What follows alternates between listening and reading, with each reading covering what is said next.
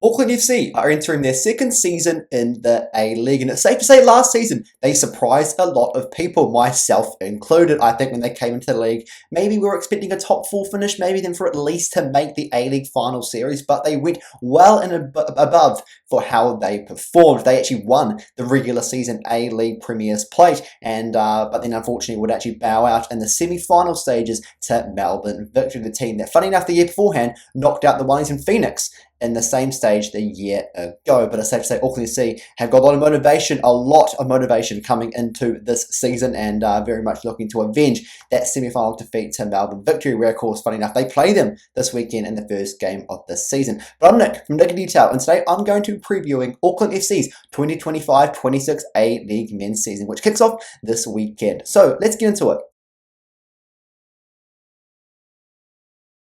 That's right, Auckland FC very much surprised a lot of people last season just how competitive they were. I mean, we knew coming into the league they were going to be a pretty serious threat, obviously, set up by American billionaire Bill Foley, who, of course, has really got a good establishment of sports clubs around the world. And, of course, the minor investors, the likes of Anna Mowbray, Ali Williams, Winston Reid, some pretty high-profile people in New Zealand business and sport, also coming on board to invest in this newest A-League team.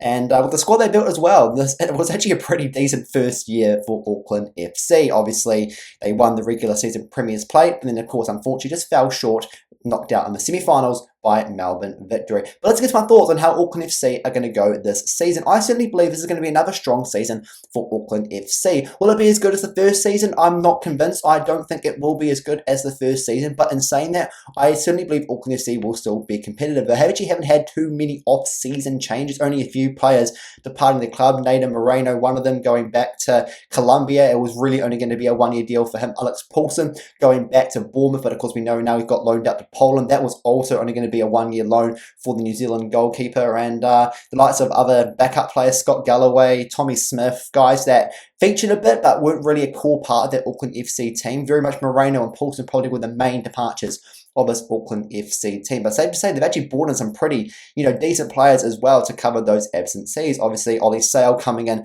as a new goalkeeper, even though, of course, they did actually sign a backup goalkeeper for this season. Unfortunately, had to cut his career short because of a niggling injury. Scott Morris, in fact, who they signed from Stoke City's under-23 team, having to suddenly quit his career as a footballer because of that injury that was very much ongoing and pretty serious to, his own career. So Ollie Sale was brought in as another goalkeeper option as well, and yeah, they've done pretty decent, Auckland FC, safe to say, in the transfer market. But I certainly believe this will be another good season for Auckland FC. They'll very much be up there, in my view, fighting, for the Premier's Plate. Obviously, I'll get to what I think how they're actually going to go later in the video, but I certainly believe the squad they've built has been pretty decent. What you've got to credit Auckland FC for is that they very much signed most of their new players on multi-year contracts, which is actually quite a smart way of doing it, because mostly, particularly with import players, we only really see them sign one-year contracts on average around the A-League club. So the fact that Auckland FC were able to lock them in a multi-year deals, I think, just shows their intention and the depth of the squad they want to bring, and very much signing those players on multi-year deals just states that very much. So I certainly believe Auckland FC are going to be competitive this season. That's how I think they're going to go this year.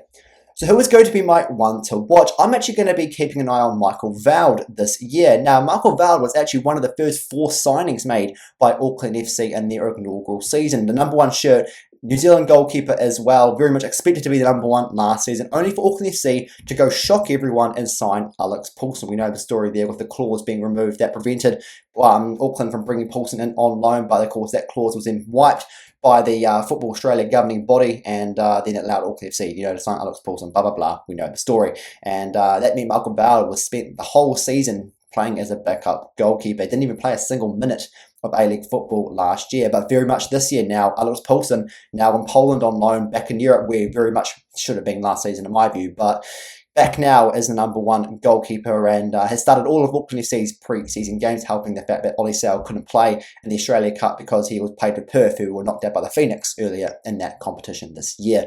But Michael Veld very much expected to be the number 1 goalkeeper this year. Ollie Sale very much going to be pressuring him for that number 1 spot, very much coming into the A-League season. But I think it's safe to say Michael Veld actually hasn't had a too bad start to life at Auckland FC. Actually played well last pre-season, and actually this pre-season just gone actually did not too bad as well. I mean, yes, that last cup game against Heidelberg United, where they got absolutely beaten 3-0. Didn't really look the best, but at the same time, the whole team just, wasn't quite performing well against what was a pretty decent Heidelberg United side throughout this Australia Cup. But Michael Veld, I certainly believe, going to be the one goalkeeper coming into this season. A big season for him as well. A big opportunity to try crack this all-white squad for the upcoming World Cup, but of course, more notably, the international window coming up next month. We haven't seen him really since that Socceroos game a couple of years ago in London, where he was very much dropped from the squad after that series because of his performances, and hasn't quite been able to find his way back in since then. So a big season for Michael Veld ahead, filling the shoes of Alex Poulsen, who once again was a solid goalkeeper for Auckland last season, and but now is the chance for the New Zealand goalkeeper to make his mark at Auckland FC. So Michael Veld is my one to watch this year.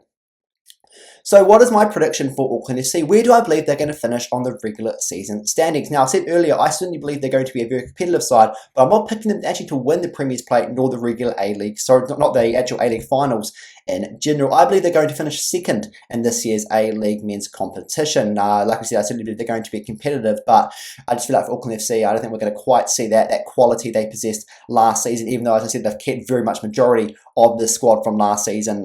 Yeah, I'm just not convinced this Auckland FC side are going to be going back-to-back in the Premier's Plate. So once again, I picked them to making through to the semi-final spots, getting, of course, the top two teams make it straight through to the semi-final rounds, and I think Auckland FC once again will bow out in the semi-final phases. Yes, there was a lot of learnings from that semi-final last year. They actually looked pretty decent in the semi-finals last year, actually led after the first leg, but then, of course, lost in their home league in that next week in the second leg.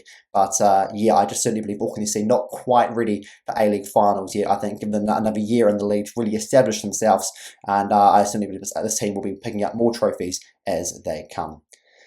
That's going to be it for me. So yeah, big season ahead for Auckland FC. I think it's pretty clear. Vengeance is on their mind. As I said, Melbourne Victory, actually, they get to play them this weekend in Melbourne to start their season. What a great way to start the season for Auckland FC. And like I said, the players they've actually brought in have been pretty decent. Yes, when you look at the squad this year compared to last year, I think last year's squad's just got that bit more quality, a bit more power. But despite that, though, I think Auckland FC, credit to them, have kept a really decent squad for this upcoming season. And as I said, they certainly will be very competitive coming into this campaign. But for me, that's going to be it. Until next time, I'll see you later.